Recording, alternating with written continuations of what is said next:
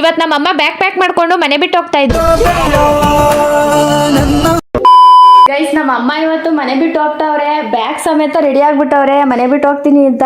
ಅದಕ್ಕೆ ಹೋಗೋದೈತೀನಿ. ಅವರೆಕಾಯಿ ಪಾಪ ಸುಲ್ದು ಕೊಡ್ತೀನಿ. ಚಿಕ್ಕ ಹುಡುಗಿ ಮಗ ಸುಲಿಯೋಕ್ಕಾಗಲ್ಲ ಅಂತ ಅವರೆಕಾಯಿ ಸುಲ್ದು ಇಟ್ಬಿಟ್ಟು ಹೋಗ್ತೀನಿ ಗೈಸ್. ಏನ್ ಮಾಡೋದು, ಇಲ್ಲಿರೋದು ನಮ್ಮನೆ ಅಲ್ಲ, ಅಲ್ಲೇ ಇರೋದು ನಮ್ಮನೆ.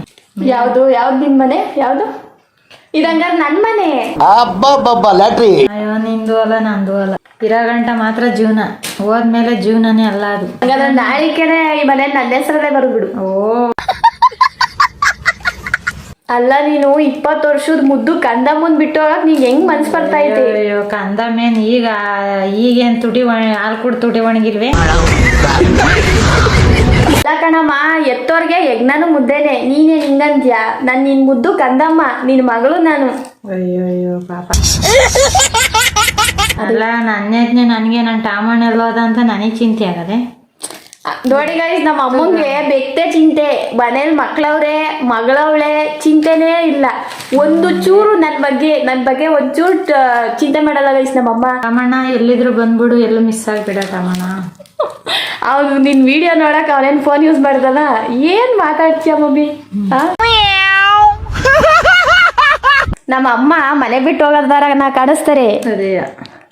ನನ್ನೇ ಮನೆ ಬಿಟ್ಟು ಓಡಿಸ್ಬಿಡ್ತಾರೆ ಗೈಸ್. 1 ಸೆಕೆಂಡ್ ಯೋಚನೆ ಮಾಡಲ್ಲ ನಮ್ಮಮ್ಮ. ಹಿಂದೆ ಮುಂದೆ ಏನು ನೋಡಲ್ಲ, ಹೋಗ್ತಾ ಇರೋ ಅಷ್ಟೇ. ಅದಕ್ಕೇನೆ ಬ್ಯಾಗ್ ಎಲ್ಲ ಪ್ರಿಪೇರ್ ಆಗೋಗೈತೆ. ಈ ಬ್ಯಾಗ್ ತಗೊಂಡು ಹೋಗ್ತಾ ಇರೋದಷ್ಟೇ ನಾನು.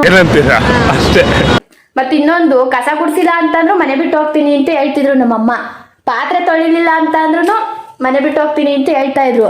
ಆದ್ರೆ ಅವತ್ತಿಂದ ಇವತ್ತವರೆಗೂ ನಮ್ಮಮ್ಮ ಮನೆ ಬಿಟ್ಟು ಹೋಗ್ಲೇ ಇಲ್ಲ. ಕಾಯ್ತಾ ಇದೆಯೇನೋ ಮನೆ ಬಿಟ್ಟು ಹೋಗ್ಲಿ ಅಂತ. ಬರೀ ಇಂಥದೆಯ. ಅದೊಂದು ಭಯ ಇರ್ಲಿ, ಮನೆ ಬಿಟ್ಟಾರ ಹೋಗ್ಬಿಡ್ತಾರೆ ಅನ್ನೋ ಭಯ ಇರ್ಲಿ ಅಂತ ನಮ್ಮಮ್ಮ ಆ ರೀತಿ ಹೇಳ್ತಾ ಇದೆ ಅಷ್ಟೇ. ಇದು ಇರೋದ್ ಗಂಟ ನಮ್ದು 6 ಅಡಿ 3 ಅಡಿ ನಮ್ದು ಅಷ್ಟೇ. ಇನ್ನ ಇದು ಎಂತ ಮಾತು ನಾಗಮ್ಮ. ನಾವಿರೋ ಗಂಟ ನಮ್ದು, ಸತ್ತಂತ ಕಾಲಕ್ಕೆ ಯಾರ್ದು? ಇದನ್ನ ಅರ್ಥ ಮಾಡ್ಕೊಂಡಿದ್ಯಲ್ಲ.